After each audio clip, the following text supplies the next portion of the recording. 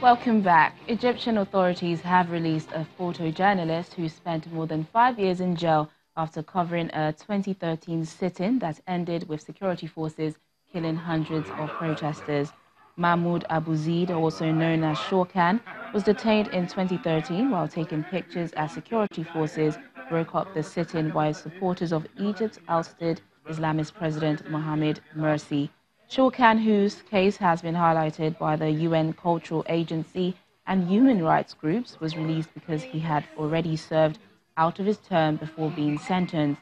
But he must still spend his nights for the next 5 years at a police station, a penalty he says he will challenge. He vows to continue with his work, saying, quote, "All journalists are at risk of being arrested or killed while doing their work. I'm not the first and I will not be the last." End of quote. The National Army Museum in the UK has agreed to return to Ethiopia a lock of hair belonging to Emperor Tewodros II after more than 150 years. The emperor committed suicide rather than surrender to British forces at the Battle of Magdala in 1868. The British ransacked the emperor's fortress, deploying dozens of mules and camels to carry off treasure. Ethiopia has been campaigning to have the artifacts returned. They also want the remains of Emperor Tewodros' son, Ali Yehu, returned from Windsor Castle to Ethiopia. Is Morocco's economy getting lost in translation? The government says many students are dropping out of university because they don't speak French. However, they propose reintroducing it as the language for teaching science, maths and technical subjects such as computer science in high schools. Although Arabic and Amazigh are Morocco's official languages, French is the dominant language in business, creating a mismatch between decades of Arabization and modern job market requirements. Morocco's official languages are Arabic and Amazigh, or Berber. Most people speak Moroccan Arabic, a mixture of Arabic and Amazigh infused with French and Spanish influences. In school, children are taught through Arabic, although they don't use it outside the classroom. When they get to university, lessons switch to French, the language of the urban elites and the country's former colonial masters.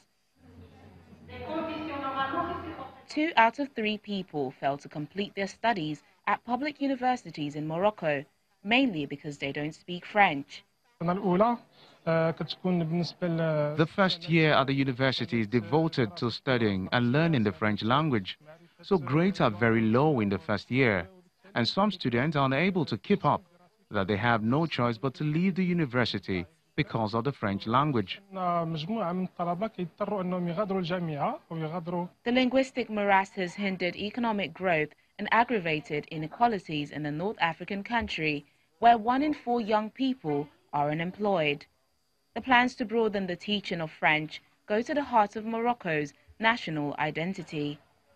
They would overturn decades of Arabization after independence from France in 1956 and have triggered a furore in Parliament, delaying a vote on the changes. Concerning the language of teaching, the French language has mainly been the language used in Morocco for many years now.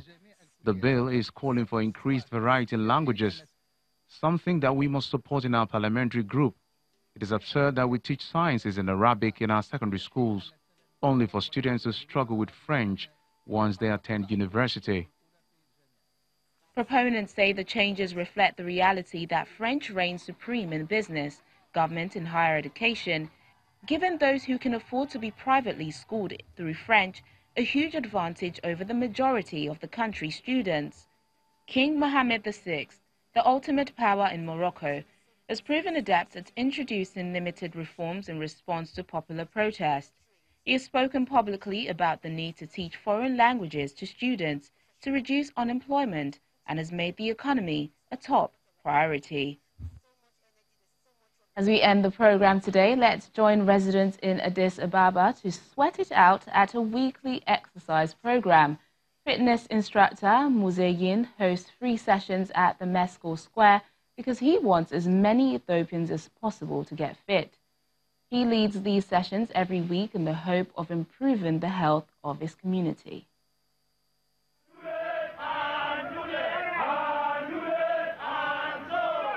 Every Sunday, hundreds of residents turn out for a morning workout session in the Addis Ababa's Meskel Square in an effort to stay fit.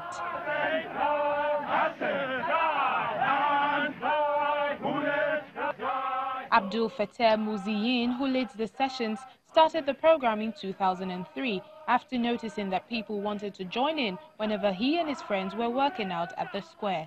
The response from the people is amazing. It's really gratifying. There are all kinds of people here, young, old, male, female, and children. I don't make them do heavy exercises. I want them to exercise in a fun way so that they just sweat and go home. If I make it too intense, the workout will not be suitable for everyone.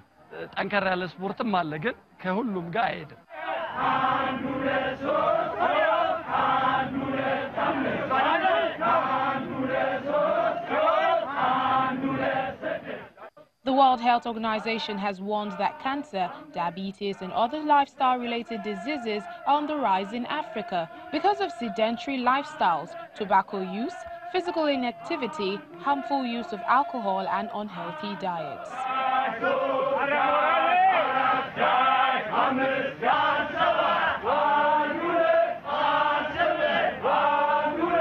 Muziyin sessions include cardio training and toning through simple aerobics routines. A lot of people who tell me their health condition improved. For example, they tell me how their digestive system improved, diabetes improved, and blood issues. A lot of them come to talk to me after we finish exercising. I tell them once a week is not enough.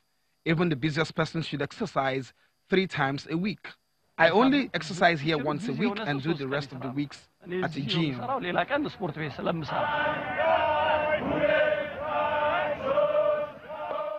It also gives those who cannot afford to train in a gym a chance to get in shape for free.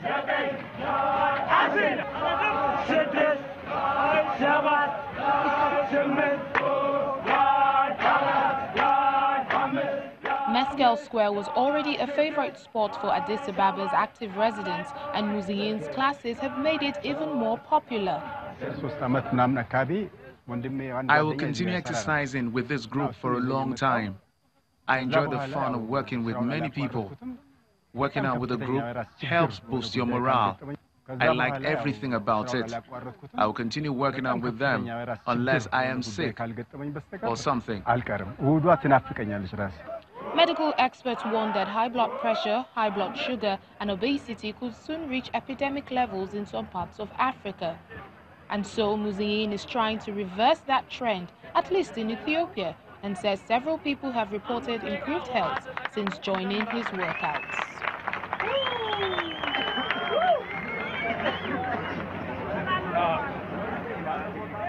Well, who says exercise has to be boring? But that's it on the program today. Thanks for watching. I'm Teniola Shaboali.